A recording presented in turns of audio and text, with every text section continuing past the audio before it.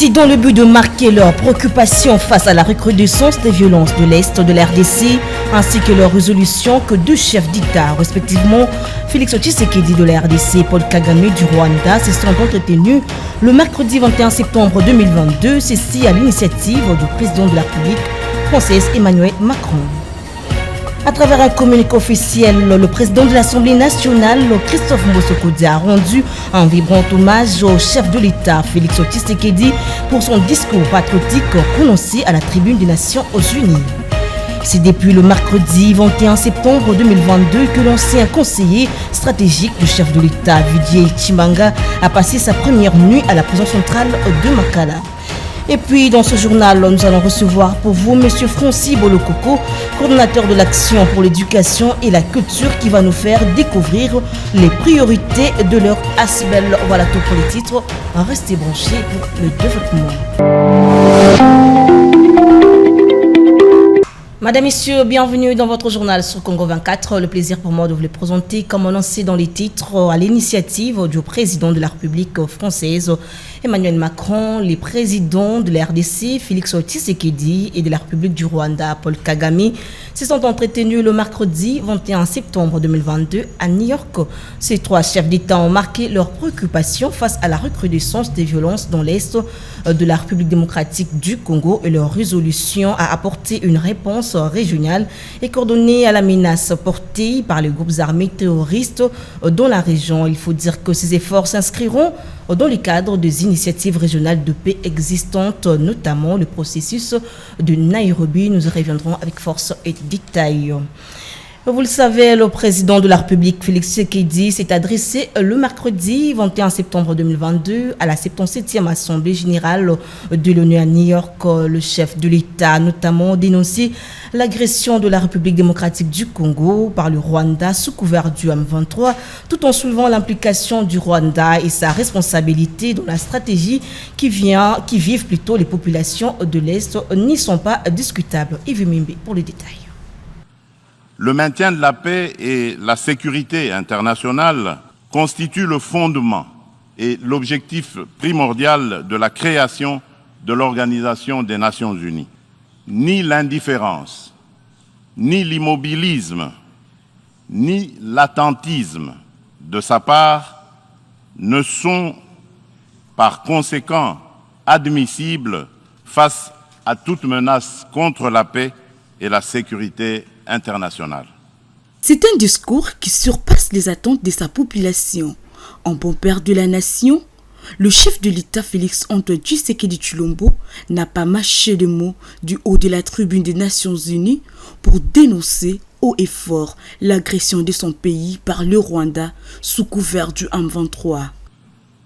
C'est le cas actuellement du Rwanda qui, au mépris du droit international, de la charte de l'ONU et de l'acte constitutif de l'Union africaine, a une fois de plus non seulement agressé en mars dernier la République démocratique du Congo par des incursions directes de ses forces armées, les RDF, mais aussi occupe des localités de la province du Nord Kivu par un groupe armé terroriste interposé, le mouvement du 23 mars, dit M23, auquel il apporte un soutien massif, tant en matériel de guerre qu'en hommes de troupes. C'est un Félix Tshisekedi très offensif que l'on a écouté à l'ONU et qui a touché à bout portant le Rwanda en dénonçant son hypocrisie devant la face du monde. Et comme pour défier la communauté internationale, le M23, avec le soutien de l'armée rwandaise, a même abattu un hélicoptère de la MONUSCO et tué 8 casques bleus, commettant ainsi un crime de guerre. Je dénonce, en ce lieu emblématique de la vie internationale, avec la dernière énergie, cette énième agression dont mon pays est victime de la part de son voisin le Rwanda, sous couvert d'un groupe terroriste dénommé le M23. Le chef de l'État congolais a rejeté un à un les arguments du Rwanda selon lesquels il vient en RDC pour protéger son pays contre les FDLR évoluant sur le sol congolais, ainsi que soutenir la communauté rwandophone. Argument utilisé également par l'ONU pour ne pas agir dans la crise à l'est de la République démocratique du Congo. Au nom des Congolais, le président Tshisekedi a demandé aux Nations Unies, à l'Union africaine et d'autres organisations à ne pas se fier aux allégations de son voisin le Rwanda pour justifier ses actions en RDC. L'auditoire de Félix Tshisekedi a noté que le gouvernement congolais et la société civile ne permettra jamais à quiconque de tenir le discours de haine tribale, ethnique, raciale ou encore xénophobe sur les sols congolais. Et puis, depuis le séjour à l'étranger, le président de l'Assemblée nationale, Christophe Mbosso-Kodia, a au nom des honorables députés nationaux, à celui des membres du bureau, rendu un vibrant hommage au président de la République, Félix Tshisekedi, pour son discours patriotique et panafricaniste prononcé à la tribune des Nations Unies à l'occasion de la 77e session de l'Assemblée générale des Nations Unies. Ces derniers a lancé un appel pathétique à tout le peuple congolais de tous bords, à tous les amis et partenaires de la RDC de soutenir le chef de l'État à travers les moyens diplomatiques, politiques et militaires, en commençant par la dénonciation urbi et orbi de l'attitude et des actions du Rwanda dans la partie est du pays. Nous y reviendrons prochainement. Dans le même registre, agression de la RDC par le Rwanda, le discours du chef de l'État devant l'ONU ne cesse de faire couler encre et salive. Pour l'analyste politique Aimé Mulumba Lumbala parle d'un discours responsable du président Félix Tshisekedi devant ses pairs. Revenant sur la tripartite, Félix Kagame Macron, le patron de la coproduit, le qualifie d'une rencontre purement diplomatique qui ne changera rien à la démarche du président congolais. Aimé Mulumba était invité de l'émission de la rédaction Congo 24. Merci beaucoup, monsieur Clément. À l'ONU, oui, à la 77e Assemblée générale, je te dis, devant ses pairs, c'est un discours responsable, un discours patriotique, un discours que les Congolais attendaient. Le président n'est pas allé par le dos de la cuillère, il a employé l'expression claire pour condamner l'agression dont nous sommes victimes. Et il a cité le chat par son nom, le Rwanda, le chef de l'État, était à la hauteur de sa tâche. Vous savez, avant même qu'il puisse s'adresser au peuple, nous, on était dans un groupe de réflexion, on s'est posé la question, est-ce que le président aura le courage d'évoquer l'agression rwandaise? Ou bien peut-être, il va aller avec un discours diplomatique comme on a toujours l'habitude de l'entendre. Mais ce n'est pas le cas. Il a été à la hauteur et je crois le message a été saisi. Pour vous montrer pourquoi cela s'est fait et ça a apporté des effets, oui. Aussitôt sorti ou bien descendu de la tribune, vous avez vu, nous suivons tous les médias, le Rwanda a voulu s'approcher du président de la République par l'intermédiaire du président français Macron. Ouais. Et je crois que c'est une façon de dire que non, les Mbisana Mouké pour Tozolinga, peut-être Tosolona. Chef de l'État, etc. Je crois que c'est Kagame de Abangi, puisque réaction est politique.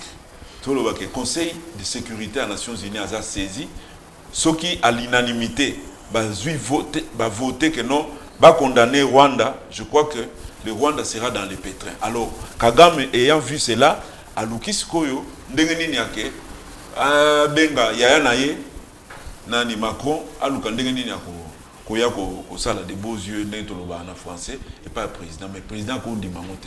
Ce qu'on a une expression, il y a président, na photo, nous sommes moni, au moment où il y a président, il y a un moutazan à Kanda, il y a rencontre diplomatiquement à cause de l'andimi, il va vendre des sikamoko, mais na sa motema ebike à Hollanda, biloko wana lokutate.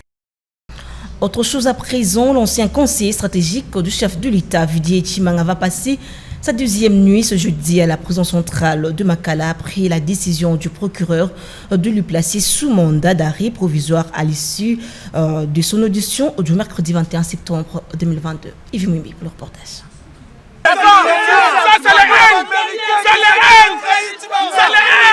Alors qu'il s'est présenté pour être auditionné sur les charges retenues contre lui, l'ancien conseiller spécial du chef de l'État en matière stratégique Vidier Chimanga a été transféré à la prison centrale de Makala. Sur place au palais de la justice, le dossier a pris une nouvelle tournure. Hormis le fait corruption et trafic d'influence retenu contre lui, ses avocats conseils seront face à un nouveau dossier sur le blanchiment d'argent et financement du terrorisme, nous dit Maître Jean-Louis Essoma. Tosali à peu près 10 heures de temps d'instruction et pendant ces 10 heures d'instruction, fait au bazali ko reprocher au biso soto yebaki ndenge vidéo tomonaki totalaki mambo elekaki tokanisaki ekozala makambo ya corruption mais ya kokamwa infraction ebakisami babakisi blanchiment d'argent et longo na financement ya terrorisme binomo bomoni ke makambo ekomi sumbilinga mbilinga dossier liboso ezalaki ya parquet ya Gombe bafungolaki yango sous RI et mikoloba réquisition d'information dossier mibale eutaki na parquet ya Matete parquet général ya Matete kuna epai wapi bafungolaki dossier RMP c'est-à-dire rôle du ministère public. Alors basangisi ba dossier nyonso ba fusionner yango ekomi dossier moko na yango na infraction oyo bafungoli instruction lelo ya kokamwa tomoni mbala moko mokonzi mibeko ya awa a se décider pour bakanga conseiller spécial mbala moko. Faisant confiance à la justice congolaise et à l'état des droits prôné par le chef de l'État Félix Tshisekedi, l'un des avocats, Maître Yves, appelle le partisan au calme. Je demande aux gens d'être calmes, nous-mêmes nous sommes sereins, nous sommes solidaires et nous soutenons notre client. Et il y a eu des instructions, mais je ne crois pas que c'est le chef de l'État, parce que nous sommes derrière le chef de l'État. Et je ne pense même pas que le chef de l'État est informé de ce qui se passe. Nous faisons confiance à la justice et nous faisons confiance à l'état des droits. Il faut noter que c'est au vu de ces autres charges ajoutées que Vidier Chimanga a été placé sous mandat d'arrêt provisoire. Ce qui a déçu bon nombre de ses partisans présents au palais de la justice pour suivre de près les dossiers.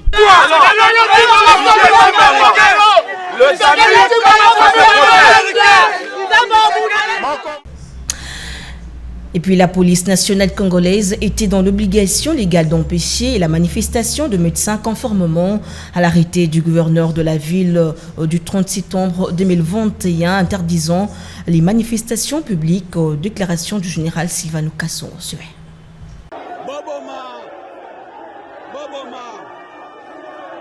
Ils étaient plus de 2000 médecins des hôpitaux et centres de santé publics à manifester le mercredi dans les rues de Kinshasa. Ces professionnels de la santé ont, à travers cet événement, réclamé l'amélioration de leurs conditions socio-professionnelles telles que conclues dans un accord avec le gouvernement congolais. Une marche qui a été dispersée par la police nationale congolaise à coups de gaz lacrymogène.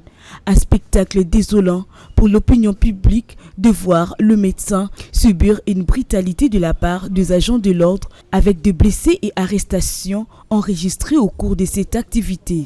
Pour sa part, le commissaire provincial de la police ville de Kinshasa, Sylvano Kasongo, a dans un communiqué clarifié les actions de ses troupes. Se référant à l'arrêté de l'hôtel de ville de Kinshasa du 30 septembre 2021 portant interdiction de manifestations publiques dans certaines zones de la ville de Kinshasa, la police était donc dans l'obligation légale d'empêcher ces manifestations dont l'autorité urbaine n'a pas pris acte et qui s'est déroulée en pleine commune de la Gombe, déclarée zone neutre par l'arrêté précité.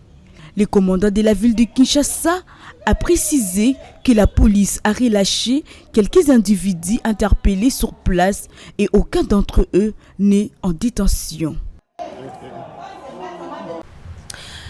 De l'autre côté, la coordination provinciale de la société civile Force Vive du Nord Kivu décrète 2 journées villes mortes, soit le lundi 26 et mardi 27 septembre, pour exiger le départ de la mission onusienne en République démocratique du Congo.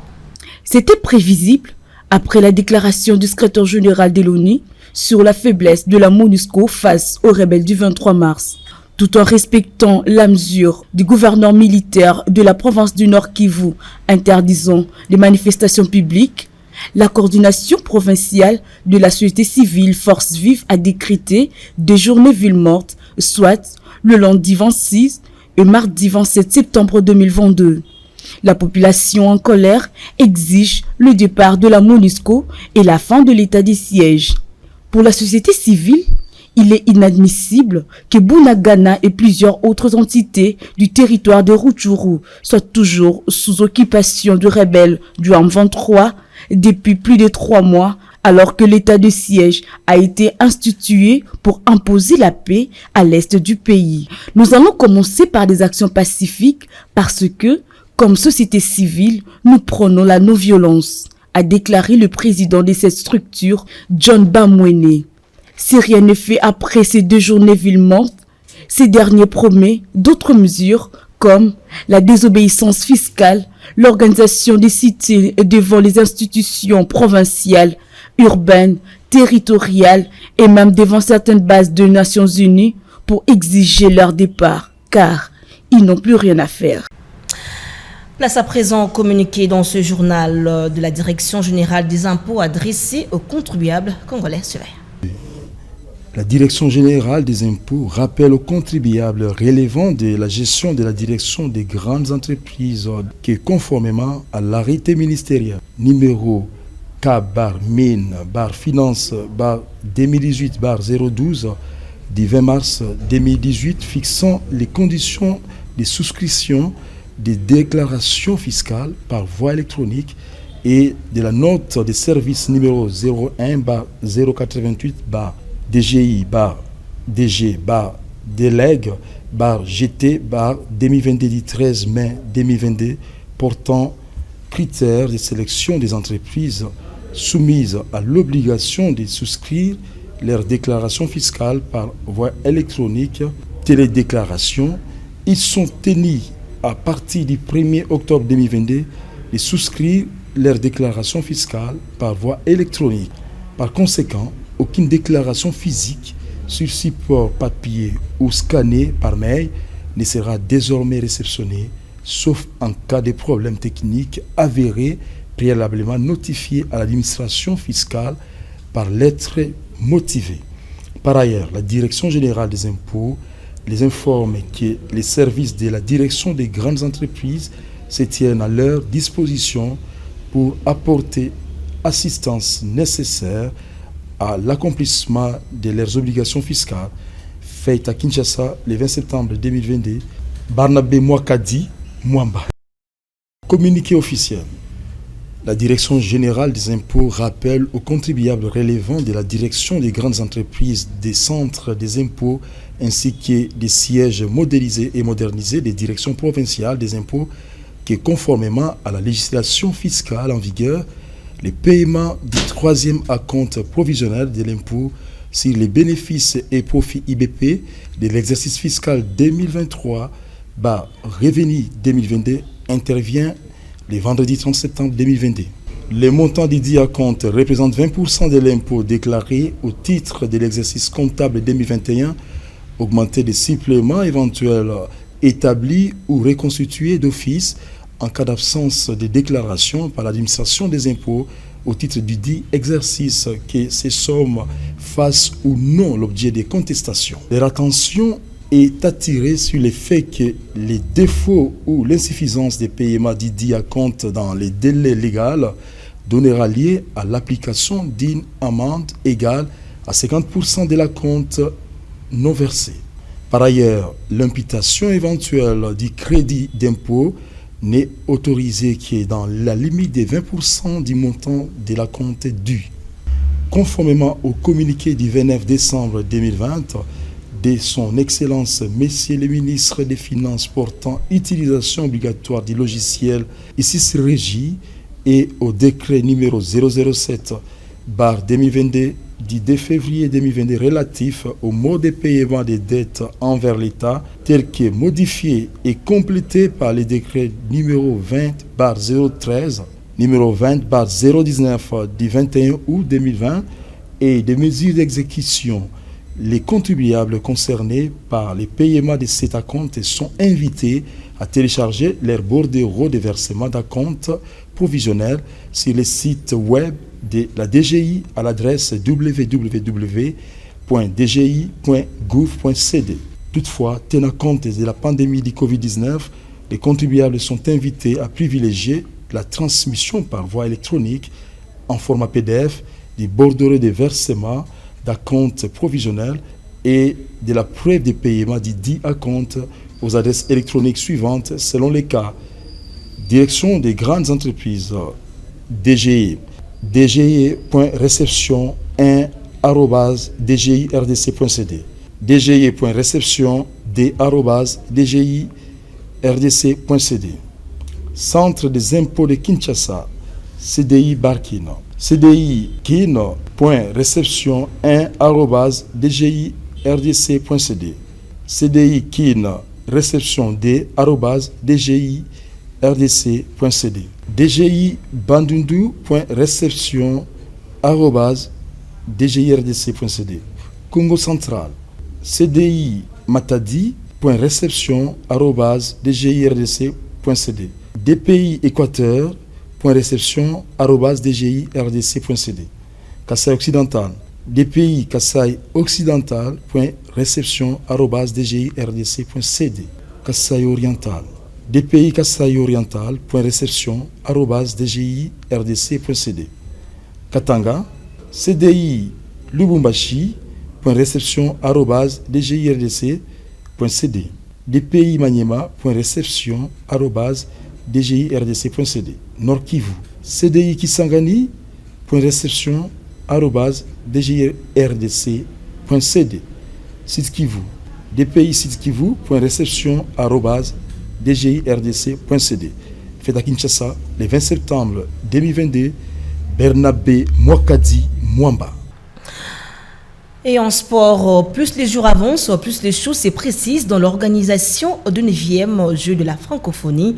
Kinshasa va vibrer au rythme de la francophonie l'année prochaine avec de nombreux jeunes talents partageant le français comme langue officielle. Joël Bombali.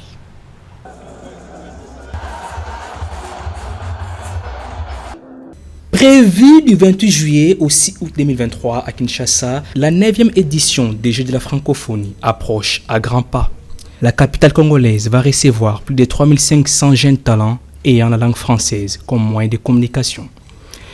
8 disciplines seront à l'honneur. Il s'agit entre autres de l'athlétisme, le basketball, le football, l'athlétisme handisport, le judo, les luttes africaines et tables, le tennis de table ainsi que le cyclisme sur route. Par ailleurs, la diplomatie sportive étant une constituante essentielle de la politique étrangère de son régime, le chef de l'État, Félix Tshisekedi, tient mordicus à cette compétition de la francophonie qui reste un grand défi pour la RDC. L'organisation des 9e Jeux de la francophonie est donc une opportunité pour le gouvernement congolais et la ville de Kinshasa d'investir dans les différents secteurs de la vie sociale pour accueillir nos hôtes et projeter une image positive de notre capitale nationale, Kinshasa, la plus grande ville francophone au monde, a déclaré Isidore Kwanja Ngembo, directeur du comité national des 9e Jeux de la francophonie. Rappelons que la 8e édition de ces tournois a eu lieu en 2017 en Côte d'Ivoire. Ces Jeux sont organisés tous les 4 ans durant l'année post-olympique.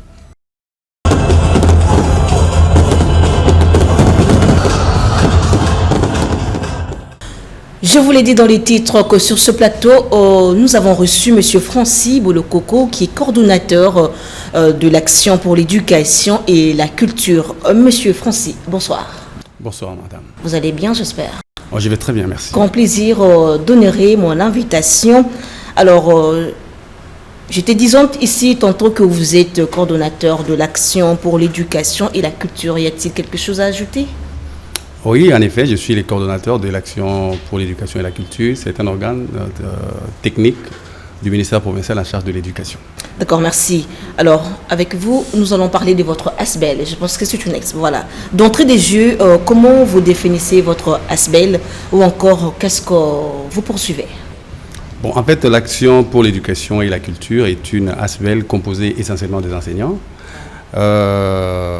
Ayant constaté les rabais de l'enseignement, les enseignants se sont réunis et se sont dit mais qu'est-ce que nous devons faire pour rehausser les niveaux de l'enseignement. Et c'est comme ça que nous avons dans un premier temps visé les personnels enseignants en organisant des cours de remise à niveau par rapport à la méthode active et participative.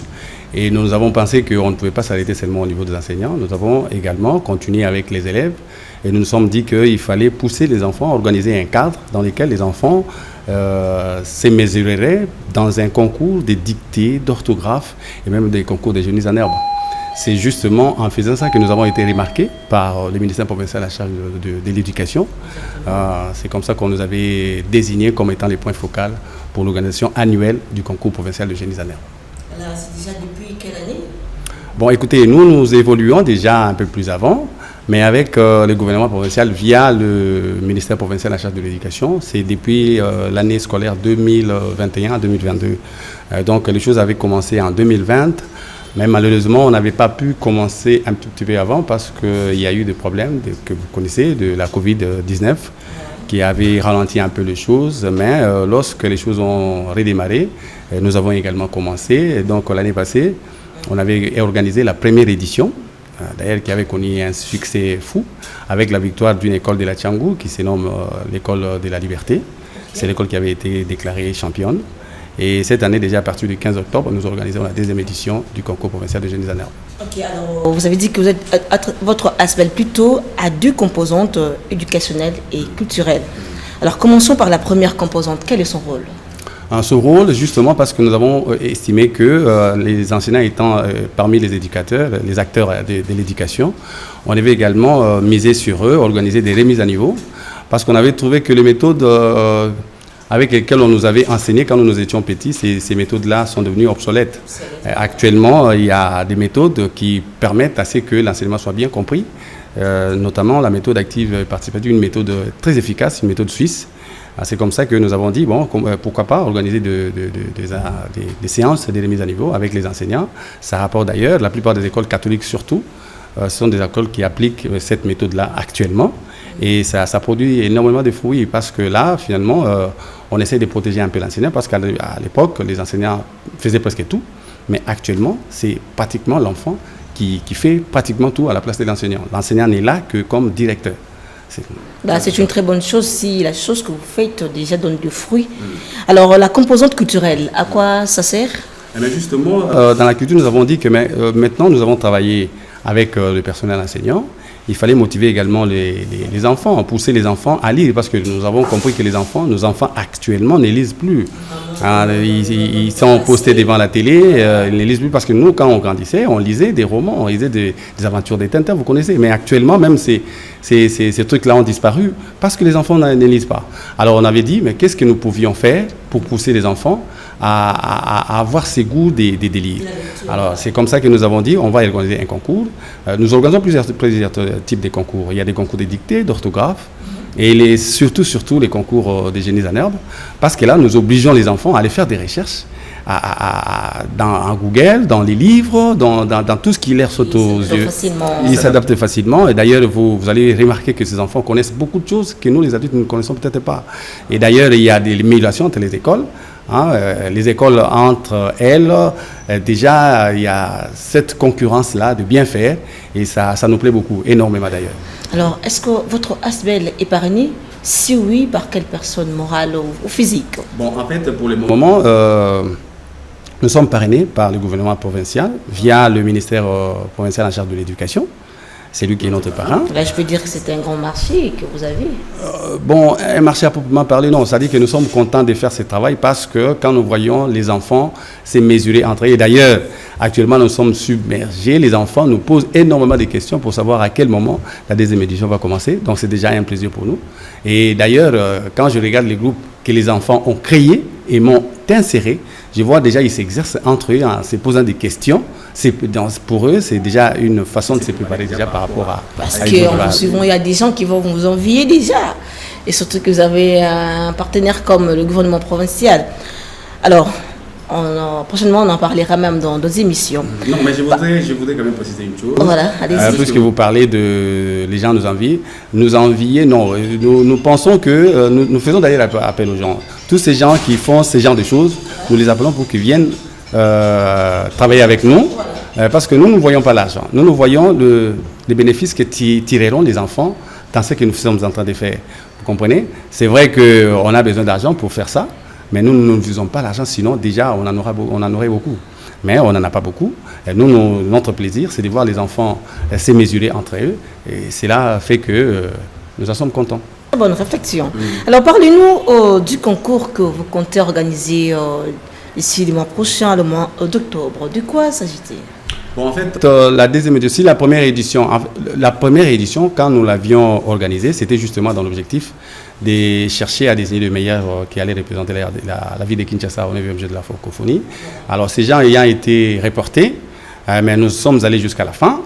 Et cette année, l'objectif premier, c'est d'abord de chercher à trouver les 4 meilleures écoles qui vont représenter la ville de Kinshasa pour ces jeux, justement, qui vont avoir lieu...